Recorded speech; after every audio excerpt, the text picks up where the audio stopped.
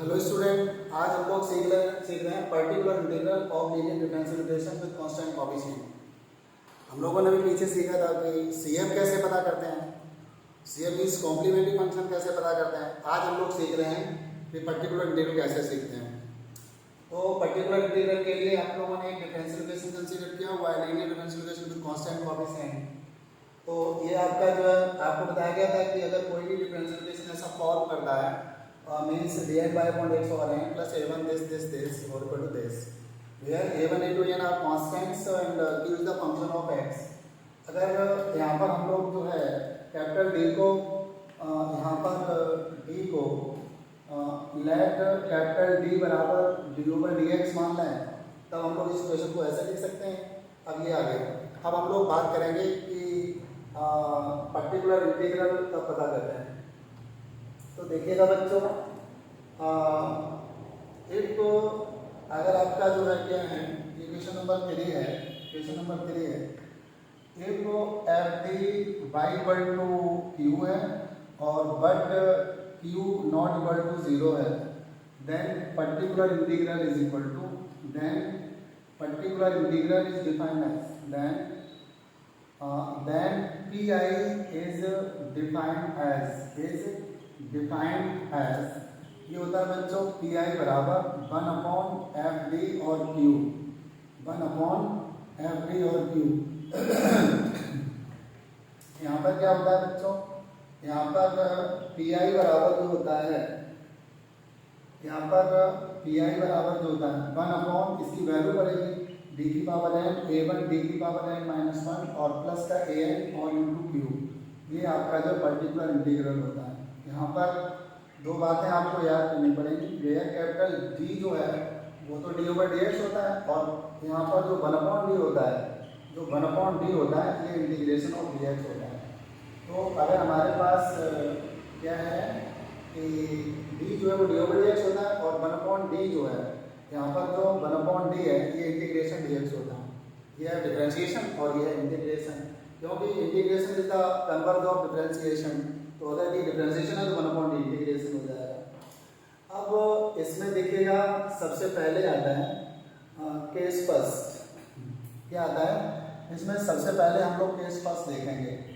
यदि F T आपका जो है वो ऐसा फॉर्म करता है, अगर आपका जो है f D D minus alpha 1 और डी माइनस अल्फा 2 और dot so on D minus alpha n form करता है। अगर क्या है कि यहाँ पर एफ डी जो है ऐसा फॉर्म कर रहा है alpha 1 alpha 2 constant, where alpha 1 alpha 2 dot so on alpha n are constant. यहाँ पर ये क्या है बच्चों, यहाँ पर ये कांस्टेंट है। Where alpha 1 alpha 2 alpha n are constant. Then ये आपका general method for P I है। Then general method for P I ये होता है general method for P I, general method for P I. ये क्या होता है बच्चों, 1 upon D minus alpha into Q number 1 ये होता है e की power alpha x integration Q e की power minus alpha x D x. और नंबर 2 अगर आपके पास यहाँ पर d प्लस अल्फा क्यू है तब ये होता है e की पावर माइनस अल्फा एक्स और क्यू e की पावर अल्फा एक्स और डी एक्स। अगर यहाँ पर क्या है मैंने आपको बताया कि अगर यहाँ पर alpha 1 alpha 2 alpha n constant है और एफ डी ऐसा फॉर्म कर रहा है, तब हम लोग जो है क्या करेंगे, एक कोई factor 1 upon D minus alpha ये लगाएंगे और प्लस एफ ये लगाएंगे। इसके बाद इसमें कुछ शॉर्टकट मेथड है, कुछ स्पेशल केसेस हैं, सम स्पेशल केसेस। यहाँ पर जो है कुछ स्पेशल केस भी हैं, some special cases shortcut method से। देखिएगा नंबर 1 क्या है, नंबर 1 में बता देता हूँ कि यदि q बराबर e की पावर ए एक्स है एंड यहाँ पर जो आपका एफ ए है वो 0 के बराबर नहीं है। यहाँ पर आप ऐसे कह सकते हो कि q जो हम लोगों ने लिखा था लेट एफ डी और y बराबर क्यू, और यहाँ पर जो ये क्यू है वो e की पावर ax है और f 0 के बराबर नहीं है। देन 1 अपॉन एफ डी और e की पावर ax बराबर होता है 1 अपॉन एफ ए और e की पावर ax, 1 अपॉन एफ और e की पावर ax। कंडीशन तो मैंने आपको बता ही चुका था। यदि एफ ए जो है या वेयर करके लिख सकते हो, where f a not equal to 0, क्या लिख सकते हो, where f a not equal to 0, तब आप ये वैल्यू यूज करोगे। फॉर एग्जाम्पल मैं बता रहा हूँ, फॉर एग्जाम्पल जैसे आपके पास कोई डिफरेंशियल इक्वेशन है D square plus 1 into y equal to e की पावर 2x है, तो यहाँ पर जो पी आई आएगा, पी आई बराबर 1 अपॉन डी स्क्वायर प्लस 1 और e की पावर 2x आएगा और 1 अपॉन ये हो जाएगा 2 का स्क्वायर प्लस 1 और e की पावर 2x तो हो जाएगा e की पावर 2x और अपॉन 5। तो देखिएगा अगर यहाँ पर क्या है कि अगर आपका D square plus 1 into y equal to ऐसा फॉर्म कर रहा है तो ये जो वैल्यू है, ये वैल्यू वो यहाँ पर आ जाएगी, ये वैल्यू यहाँ पर आ जाएगी। कंडीशन है ये 0 नहीं आना चाहिए। अगर मान लेते हैं कि एफ 0 हो जाता है, क्या हो जाता है, फिर एफ इक्वल टू 0, इसी में क्या हो जाता है कि अगर एफ 0 के बराबर हो जाता है देन 1 अपॉन एफ डी और e की पावर ax, तब यहाँ पर क्या होता है e की पावर ax बाहर आ जाता है और 1 अपॉन यहाँ पर d के स्थान पर d प्लस a आ जाता है अगर एफ ए आपका 0 हो जाता है तो। इसके बाद आता है केस 2, इसके बाद क्या आता है, इसके बाद आता है केस 2। केस 2 में क्या होता है कि यदि q बराबर आपका जो है साइन ax है और कॉस ax है, और क्या है, कॉस ax है। In this case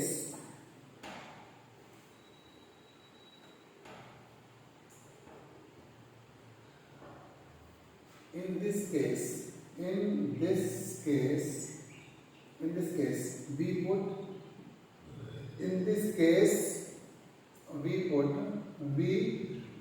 d square equal to minus a square, d square equal to minus, ये माइनस बाहर है, d square equal to minus a square दोनों केसेस में। जैसे फॉर एग्जाम्पल फॉर यहाँ पर दैट इज करके लिख सकते हैं, that is 1 upon f D, 1 upon f D, 1 upon f D square ले लीजिएगा, 1 अपॉन एफ डी स्क्वायर और यहाँ पर कॉस ए एक्स है, तो यहाँ पर कॉस वैसे ही बना रहेगा बट डी स्क्वायर के स्थान पर माइनस का ए स्क्वायर आ जाएगा। ये कंडीशन होगी, ये देखिए एफ माइनस ए स्क्वायर जो है वो 0 के बराबर नहीं है, कंडीशन यही पड़ेगी कि ये 0 नहीं होना चाहिए। इसी तरीके से साइन एक्स के केस में, इसी तरीके से साइन एक्स में 1 अपॉन एफ डी स्क्वायर और यहाँ पर क्या आएगा साइन ए एक्स, तब यहाँ पर आपको मिलेगा sine a x upon f minus का a square if f a square not equal to 0। यहाँ पर भी क्या होगा, if f minus a square not equal to 0 होना चाहिए। अब देखिएगा यहाँ पर कुछ टिप्स मैं आपको बता दूँ, सम टिप्स। जैसे आपके पास डी स्क्वायर है तब तो माइनस ए स्क्वायर ही आएगा, अगर आपका डी क्यू है तो डी स्क्वायर और इंटू डी आएगा, तो माइनस का ए स्क्वायर और इंटू डी आएगा। इसी तरीके से अगर आपके पास डी की पावर 4 है तो डी स्क्वायर और इंटू डी स्क्वायर आएगा, तो माइनस ए स्क्वायर और माइनस ए स्क्वायर बराबर ए की पावर 4 आ जाएगा। इसी तरीके से एक्सेट्रा, इसी तरीके से एक्सेट्रा। फॉर एग्जाम्पल जैसे आपके पास क्या है, जैसे आपके पास एक डिफरेंशियल इक्वेशन है डी स्क्वायर प्लस 5 और वाई और equal to cos of 3x है, तो यहाँ पर पी आई बराबर होगा 1 अपॉन डी स्क्वायर प्लस 5 और कॉस ऑफ 3x। तो इसमें आप क्या करेंगे, कॉस 3x और यहाँ पर a, ये a की जगह पर है तो माइनस 3 का स्क्वायर और प्लस 5 आ जाएगा। यहाँ पर क्या होगा cos 3x अपॉन माइनस का 9 प्लस 5 आ जाएगा, तो माइनस का 1/4 और cos 3x आ जाएगा। तो देखिएगा यहाँ पर डी स्क्वायर जो है, जो डी स्क्वायर है इसके स्थान पर क्या आएगा माइनस और यहाँ पर आएगा माइनस और 3 का स्क्वायर, माइनस अलग होगा और ये अलग होगा। अगर मान लेते हैं यहाँ पर क्या होता अगर यहीं पर क्या होता, दूसरा एग्जाम्पल मैं ले लूँ, डी स्क्वायर प्लस और डी और प्लस 5 होता और यहाँ पर ये रहता y इक्वल टू, अगर आपका मान लेते हैं cos 2x होता, तब पी आई कितना होता? तो पी आई का मतलब हो गया डी स्क्वायर प्लस का डी प्लस का 5 और cos ऑफ 2x। तो सबसे पहले आप क्या करते हैं, cos 2x upon D square कैसे चेंज कर देते हैं, तो यहाँ पर -2 का स्क्वायर, डी नहीं चेंज होता, प्लस का 5।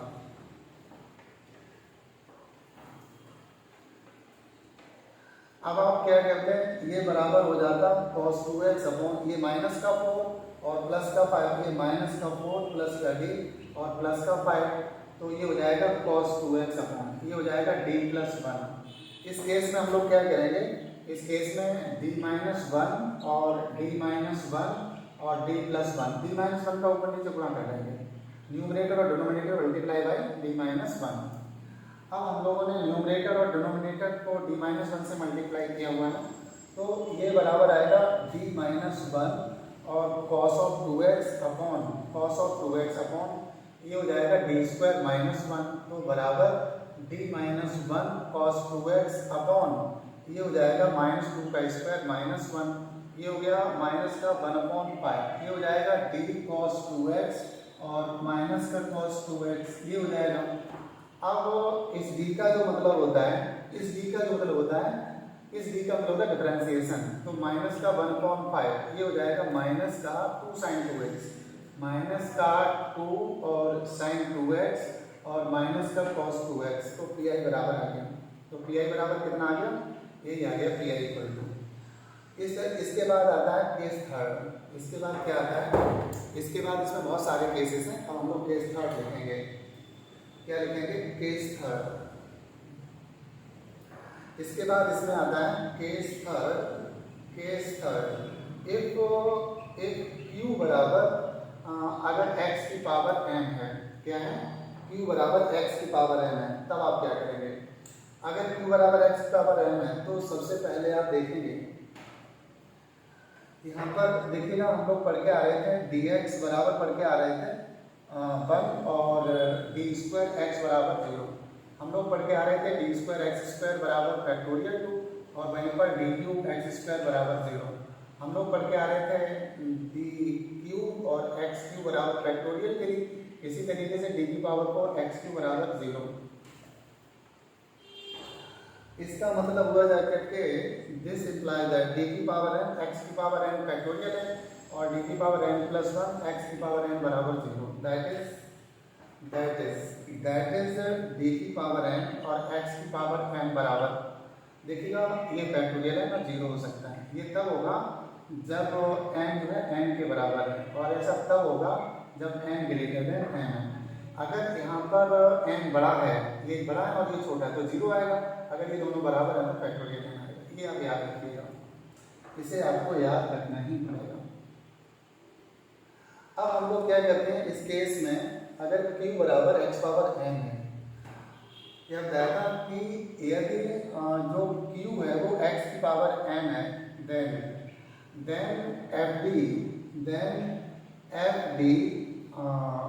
fd को हम लोग क्या करेंगे 1 प्लस माइनस पाई में लिखेंगे fd को, तो यहाँ पर जो 1/fd आएगा, देन दिस इम्प्लाइज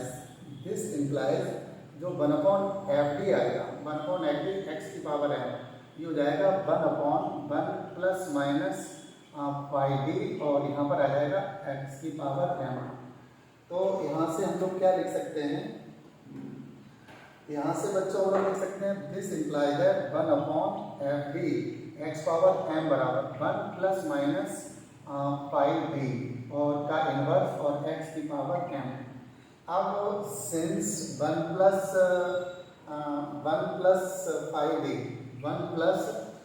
डी अगर होल पावर -1 है तो होता 1 माइनस पाई डी और प्लस पाई डी का होल ऑफ स्क्वायर और माइनस पाई डी का whole of cube dot dot so. अगर आपके पास 1 प्लस माइनस है अगर अगर आपके पास क्या है 1 माइनस 5d और इनवर्स है, यहाँ से आपको क्या मिलेगा, जैसे 1 प्लस 5d और प्लस 5d का होल स्क्वायर, 5d का whole square plus 5d plus 5d का whole cube dot dot so on, ये मिलेगा।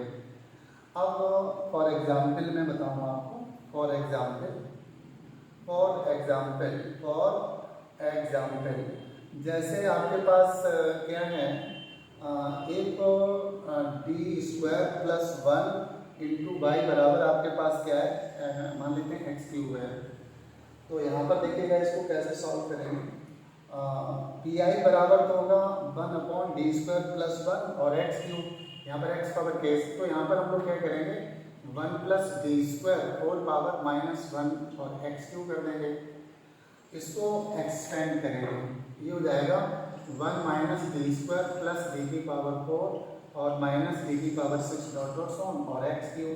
फिर हम लोग इसका अंदर गुणा करेंगे, यहाँ पर ये हो जाएगा x cube minus d² x cube plus d की power 4 x cube minus d की power 6 x cube dot dot so on, ये हो जाएगा एक्स क्यूब और माइनस ये हो जाएगा 3 इंटू 2, पहले हो जाएगा 3x² और फिर हो जाएगा 2x, ये हो गया 6x प्लस का 0 माइनस का 0 डॉट डॉट सो, तो एक्स क्यूब माइनस का 6x आ जाएगा।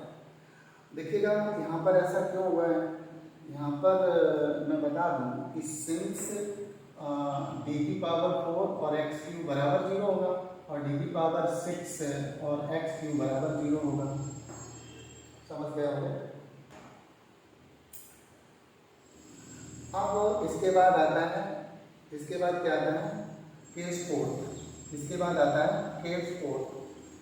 क्या है कि एक क्यू बराबर e की पावर ax और इंटू बी है, देन 1 अपॉन एफ डी और e की पावर ax इंटू बी बराबर होता है e की पावर ax और b upon f D plus a, तब ये आ जाता है।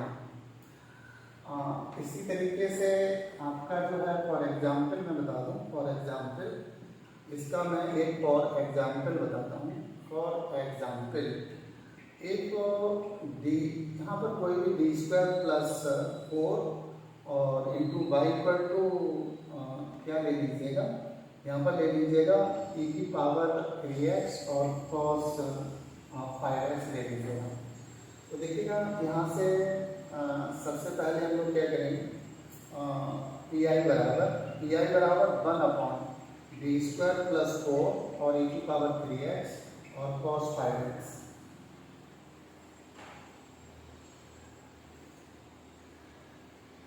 यहाँ से आप क्या करेंगे, यहाँ से e की पावर 3x को बाहर ले आएंगे और cos 5x अपॉन d के स्थान पर यहाँ पर d प्लस 3 हो जाएगा, d प्लस 3 और प्लस का 4, क्यों, क्योंकि 1/f(d) और e की पावर ax, d बराबर होता है e की पावर ax और b upon f(d plus a), ये होता है। अब आप क्या करेंगे, इसको सॉल्व कर लेंगे, तो ये बराबर हो जाएगा e की पावर 3x और यहाँ पर हो जाएगा cos 5x अपॉन ये हो जाएगा d² प्लस 9 और प्लस 6d और प्लस का 4, ये आ जाएगा।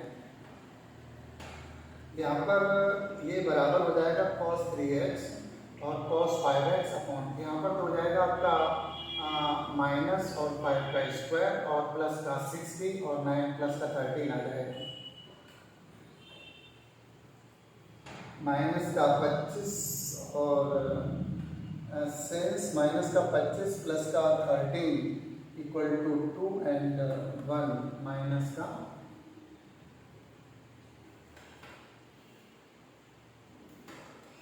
तो यहाँ पर आपको पी आई बराबर मिलेगा e की पावर 3x और ये हो जाएगा cos 5x अपॉन ये तो हो जाएगा 6d और यहाँ पर बचेगा माइनस का 12, क्या बचेगा माइनस का 12। अब हम लोग क्या करेंगे, दिस इक्वल टू e की पावर 3x, यहाँ से 6d प्लस 12 कर लेंगे और ये हो जाएगा 36d² माइनस का 144 और यहाँ पर हो जाएगा cos of 2x, cos of 5x चल रहा था, यहाँ चल रहा था cos ऑफ 5x और cos ऑफ 5x ये चल रहा था।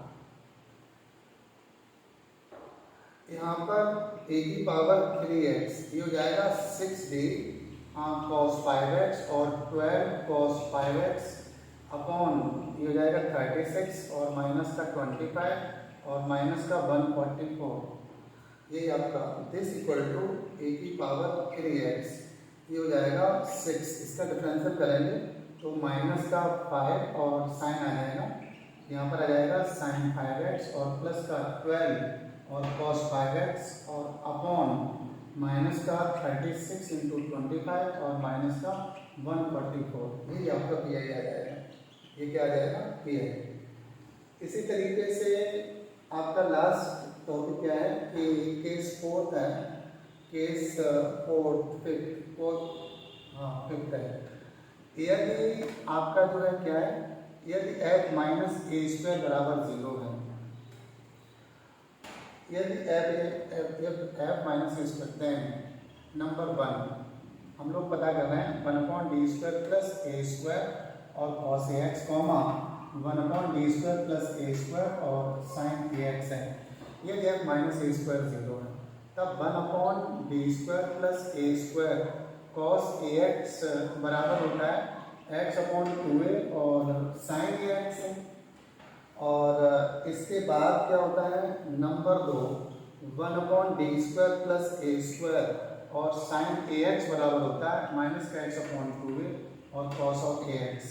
इस तरीके से जो है आप पी आई पता कर सकते हो। तो कंप्लीटली हम लोग क्या कह सकते हैं, completely if f D y बराबर क्यू है देन वाई बराबर जो होता है, वाई बराबर होता है वो सी है और प्लस पी आई। ऐसा तब होता है if Q not equal to 0 है। इस तरीके से मैंने आपको सी एफ और पी आई के बारे में बताया। सी एफ क्या होता है और पी आई क्या होता है, ये कंप्लीटली सॉल्व मैंने कर दिया। ठीक है, तो आज के वीडियो में आपको इतना ही बताने वाला हूँ।